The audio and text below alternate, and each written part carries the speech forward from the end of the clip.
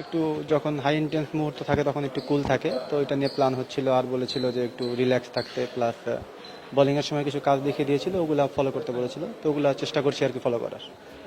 আমি ওইখানেই ট্রাই করেছিলাম, আলহামদুলিল্লাহ ওইটা আমার ভালো উপকার পাচ্ছিলাম। তো ইনশাল্লাহ সামনে ভালো আর কাজে দিবে আর কি। সর্বপ্রথম আলহামদুলিল্লাহ ম্যাচ জেতার জন্য হ্যাঁ ডিউ ফ্যাক্টর ছিল।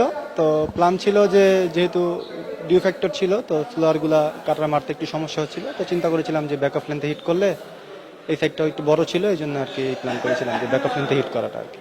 4 ওভারে 29 রান, 4টা উইকেট। নিজের পারফরমেন্স নিয়ে ঠিক কতটা খুশি, আর দলও জয় পেল ব্যাক টু ব্যাক? আলহামদুলিল্লাহ পারফরমেন্স আর একটু ভালো হতে পারতো। 3 নম্বর ওভারটা একটু রান দিয়ে দিয়েছিলাম। ইনশাল্লাহ সামনে আরো ভালো করার চেষ্টা করবো আর কি। আর টিম আলহামদুলিল্লাহ সবাই ভালো করছে, দোয়া করবেন সামনে যাতে আরো ভালো করে। সুইং এর জন্য আপনি স্পেশাল বলা যায়। আবুধাবি টি10 খেলে আসলেন, ট্রেন্ট বোল্টের সাথে নিশ্চয়ই কথা হয়েছে, তার থেকে ঠিক কোন পরামর্শটা নিয়েছিলেন? আসলে ওনার সাথে পরামর্শটা হচ্ছিল যে উনি মানে একটু যখন হাই ইন্টেন্স মুহূর্ত থাকে তখন একটু কুল থাকে, তো এটা নিয়ে প্ল্যান হচ্ছিল। আর বলেছিল যে একটু রিল্যাক্স থাকতে, প্লাস বোলিংয়ের সময় কিছু কাজ দেখিয়ে দিয়েছিল, ওগুলা ফলো করতে বলেছিল, তো ওগুলা চেষ্টা করছি আর কি ফলো করার। কি মনে হয় তার পরামর্শ কতটুকু কাজে লাগাতে পারে? আমি ওইখানেই ট্রাই করেছিলাম, আলহামদুলিল্লাহ ওইটা আমার ভালো উপকার পাচ্ছিলাম। তো ইনশাল্লাহ সামনে ভালো আর কাজে দিবে আর কি। ভাইয়া 3 বছর আগে আন্তর্জাতিক টি20 অভিষেক, এক ম্যাচ খেলেছিলেন, 33 রানে একটা উইকেট, সেটা আবার রিজওয়ানকে বোল্ড করা, এরপর অনেক কিছু ঘটে গেছে। সো আফসোস হয় কিনা সামনে NCL, T20, BPL, so perform করতে পারলে জাতীয় দলের দরজা আবার কিন্তু খুলতে পারে? আলহামদুলিল্লাহ একটা জিনিস বিশ্বাস করি যে আল্লাহ যা করে ভালোর জন্যই করে। তো পিছনের দিকে ফিরতে চাচ্ছি না, আগের মতোই নিজের পারফরমেন্সে মনোযোগ দিতে চাচ্ছি। আল্লাহ যদি ভাগ্যে রাখে, আমি যদি ভালো খেলতে পারি, ইনশাল্লাহ আবার সুযোগ হবে ইনশাল্লাহ ন্যাশনাল টিমে।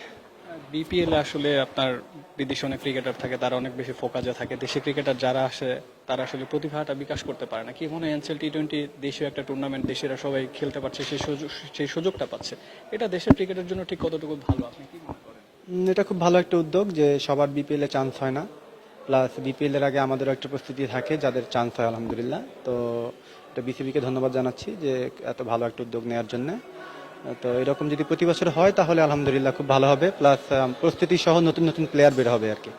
শেষে চলে এসেছে, উইকেটটা কিন্তু অনেক ব্যাটিং ফ্রেন্ডলি ছিল। সো এখানে বোলার যারা, বিশেষ করে পেসার, তাদের বোলিং করাটা ঠিক কতটুকু চ্যালেঞ্জ?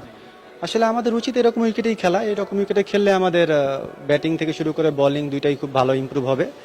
শুধুমাত্র বোলিং উইকেটে খেললে ব্যাটসম্যানদের কোনো কাজ থাকে না, বোলারদেরও নতুন কোনো কিছু স্কিল শেখার মতো পরিবেশ থাকে না। তো এরকম স্পোর্টিং উইকেটে খেললে স্কিলফুল প্লেয়ার বের হবে আর কি। এই জন্য আমাদের উচিত যে এরকম উইকেটের ব্যবস্থা করা এবং এরকম উইকেটই সব টুর্নামেন্ট খেলানো আর কি। সম্পূর্ণ টার্গেট ফিল আপ হয়নি এখনো, চেষ্টা চালিয়ে যাচ্ছি, আর একটু লেভেল আপ করতে হবে। তো চেষ্টা আছে, দোয়া করবেন ইনশাল্লাহ সামনে হয়ে যাবে। শিরোপা নিশ্চয় জিততে চাইবেন? হ্যাঁ, সে অবশ্যই আশাতে সবারই থাকে, সেরকম চেষ্টাই হচ্ছে, দোয়া করবেন আপনারা ইনশাল্লাহ। আচ্ছা, থ্যাংক ইউ, আসসালামু আলাইকুম।